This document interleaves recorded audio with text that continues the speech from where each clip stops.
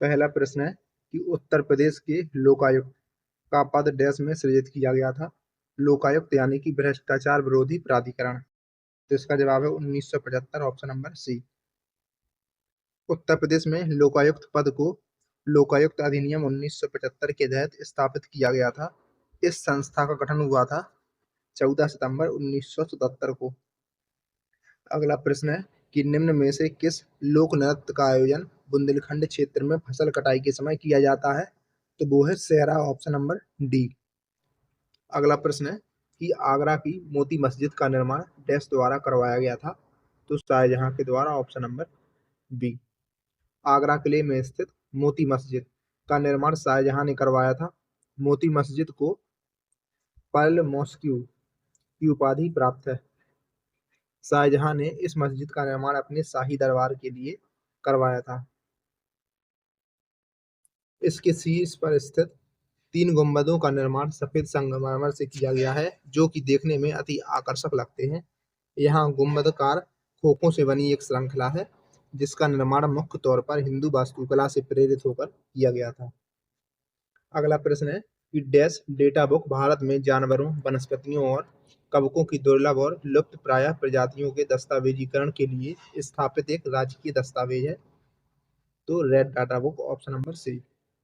IUCN red data सूची 1964 में स्थापित एक राज्य या देश की सीमा के भीतर पशु, कवक और पादप प्रजातियों की मौजूदगी के बारे में विस्तृत रिपोर्ट देती है। आईयूसीएन रेड सूची में मुख्य उद्देश्य उन पौधों और पशुओं की सूची बनाना तथा उनको हाईलाइट करना है जिन पर विलुप्त होने का खतरा अधिक है।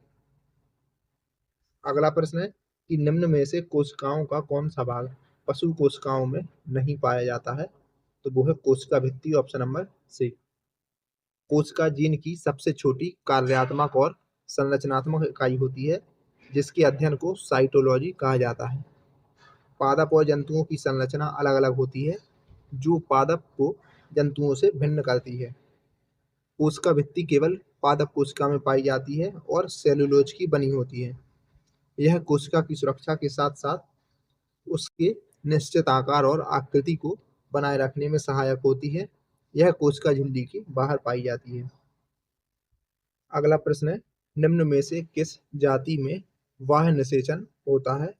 तो मेढक में, ऑप्शन नंबर सी।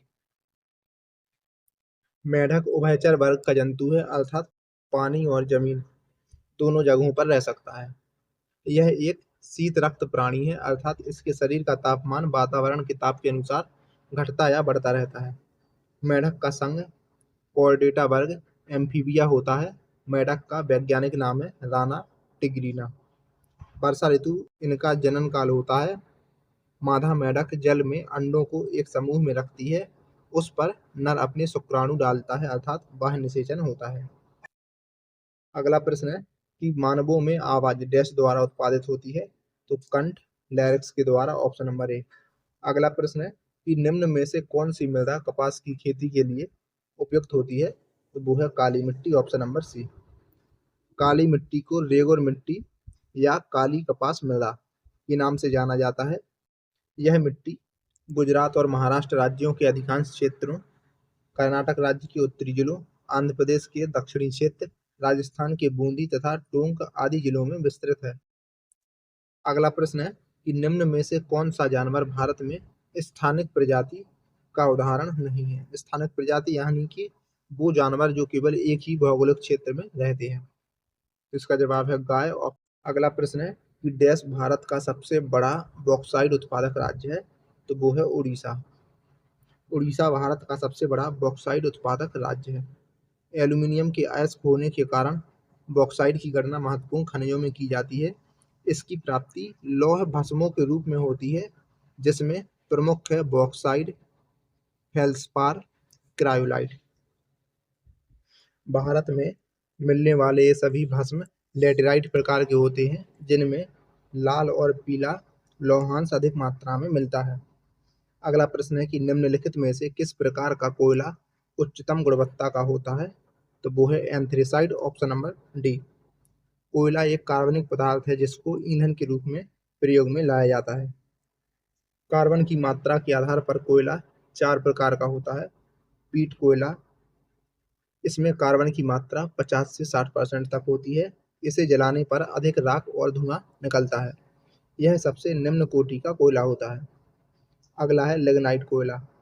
तो कोयला, इसमें कार्बन की मात्रा 65% से 70% तक होती है। इसका रंग भूरा होता है और इसमें जलवाष्प की मात्रा अधिक होती है। अगला है बिटुमिनस कोयला। इसे मुलायम कोयला भी कहा जाता है। इसका उपयोग घरेलू कार्यों में होता है और इसमें कार्बन की मात्रा 70 से 85% होती है। और चौथा है एंथ्रासाइट कोयला। तो यह कोयले की सबसे उत्तम कोटि है। इसमें कार्बन की मात्रा 85% से अधिक होती है। अगला प्रश्न है कि निम्न में से पंजाब का कौन सा प्रसिद्ध वाद्य यंत्र लकड़ियों की कई छड़ियों से मिलकर बना होता है?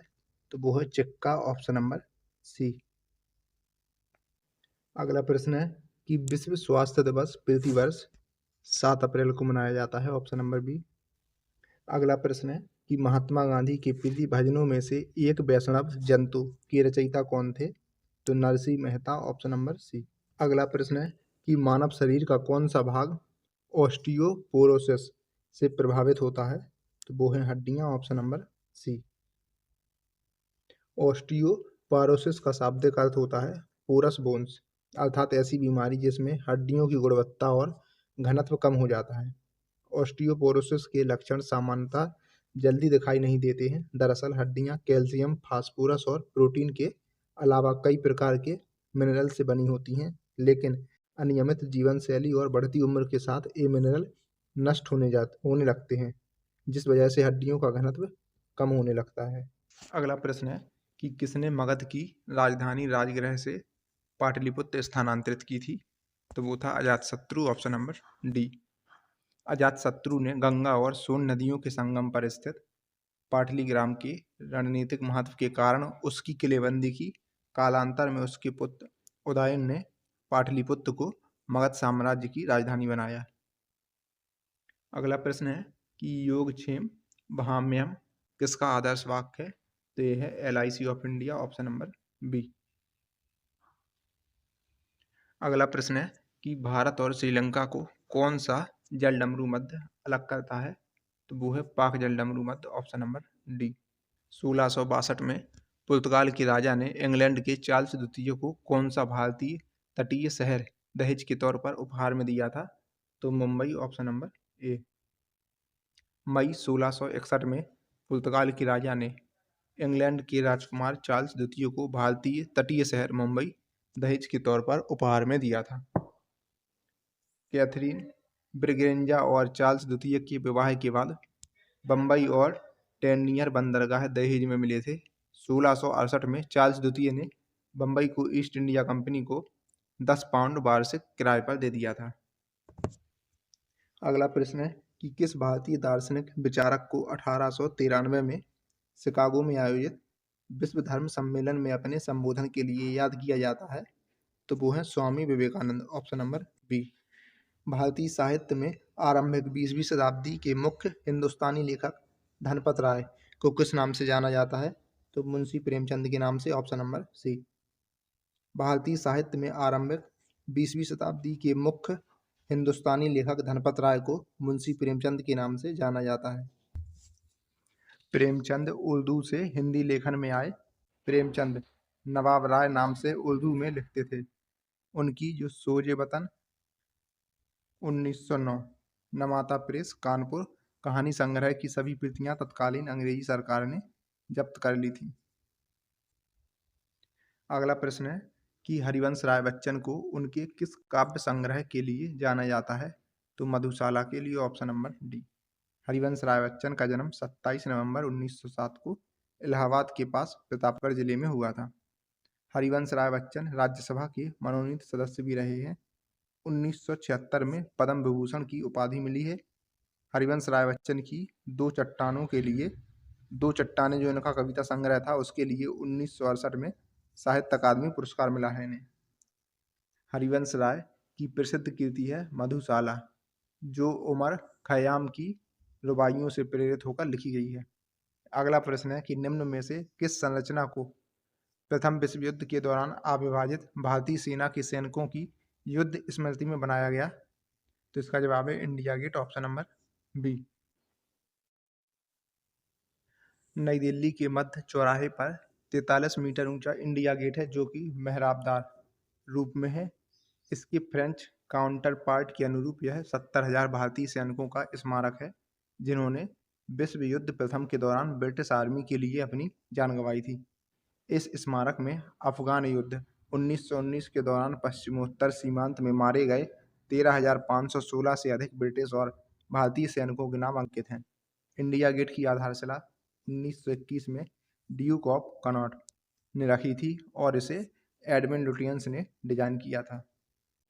अगला प्रश्न है कि किसकी आत्मकथा का शीर्षक गोल है? तो मेजर ध्यानचंद की, option number A. Major Dhyanchand Singh Bharat के पूर्वभूत हॉकी खिलाड़ी और कप्तान थे। उन्हें भारत और विश्व हॉकी के क्षेत्र में सबसे बेहतरीन खिलाड़ियों में शुमार किया जाता है। वे 3 बार ओलंपिक स्वर्ण पदक जीतने वाली भारतीय हॉकी टीम की सदस्य रहे हैं, जिनमें 1928 का एम्स्टर्डम ओलंपिक शामिल है। उनकी जन्म तिथि 29 अगस्त को भारत में राष्ट्रीय खेल दिवस के तौर पर मनाया जाता है। मेजर ध्यानचंद की आत्मकथा का शीर्षक है गोल। अगला प्रश्न है कि वर्ल्ड वाइड वेब के आविष्कारक कौन है? तो Tim Berners Lee, option number D. अगला प्रश्न है कि महर्षि वाल्मीकि का आश्रम ब्रह्मवर्त में स्थित था, जो कि वर्तमान में उत्तर प्रदेश के बिठूर में है, ऑप्शन नंबर ए। महर्षि वाल्मीकि का आश्रम ब्रह्मवर्त में स्थित था, जो कि वर्तमान में उत्तर प्रदेश के बिठूर में स्थित है। अगला प्रश्न है कि अपनी कृति पृथ्वीराज रासो में पृथ्वीराज चौहान के वीरतापूर्ण कार्यों का उल्लेख किसने किया है? तो चंद्रबाल राय ने, option number B. Prithviraj Raso Hindi भाषा में लिखा पहला महाकाव्य है, जिसमें पृथ्वीराज चौहान के जीवन और चरित्र का वर्णन है। इसके रचयिता चंद्रबाल राय हैं, जो कि पृथ्वीराज चौहान के बचपन के मित्र और उनके राजकवि थे। उनकी युद्ध यात्राओं के समय वीर रस की कविताओं से सेना को प्रोत्साहित भी करते थे। अगला प्रश्न है कि राष्ट्रीय कवि मैथिली शरण गुप्त का जन्म उत्तर प्रदेश के झांसी में हुआ था, ऑप्शन नंबर सी। राष्ट्रकवि मैथिली शरण गुप्त का जन्म हुआ था 3 अगस्त 1886 को झांसी में। इनकी मुख्य कृतियां हैं पंचवटी, साकेत, जयद्रथ वध, यशोधरा, द्वापर, झंकार और जय भारत। मथुरा कला विद्यालय कुषाण काल के दौरान अपने शीर्ष पर था। कुषाण शासकों ने पहली शताब्दी से लेकर 175 ईस्वी के बीच में उत्तरी भारत के एक विशाल क्षेत्र पर शासन किया। मथुरा कला परंपरा इस अवधि के दौरान विकसित कला परंपराओं में से एक थी। यह कला गांधार परंपरा से भी प्रभावित थी, जो कि इसकी मूर्तियों में दृष्टिगोचर होता है। इस कला पद्धति ने बुद्ध को एक त्रिआयामी प्रभाव और उत्साही स्वरूप प्रदान किया। अगला प्रश्न है कि गुप्त काल में टेराकोटा यानी कि पक्की मिट्टी ईंटों से बना भीतरगांव मंदिर उत्तर प्रदेश के कानपुर में स्थित है, ऑप्शन नंबर बी। अगला प्रश्न है कि वाराणसी के विश्वनाथ मंदिर का निर्माण किसके द्वारा किया गया था? तो रानी अहिल्याबाई के द्वारा, ऑप्शन नंबर ए। काशी यानी कि वाराणसी को भगवान शिव की नगरी माना जाता है। भगवान शिव के 12 ज्योतिर्लिंगों में काशी विश्वनाथ मंदिर भी शामिल है। काशी विश्वनाथ मंदिर वाराणसी में गंगा नदी के तट पर स्थित है। इस मंदिर का 3500 वर्षों का लिखित इतिहास है। बार बार के हमलों और पुनः निर्मित किए जाने के बाद मंदिर के वर्तमान स्वरूप का निर्माण 1780 में इंदौर की महारानी अहिल्याबाई होलकर ने करवाया था।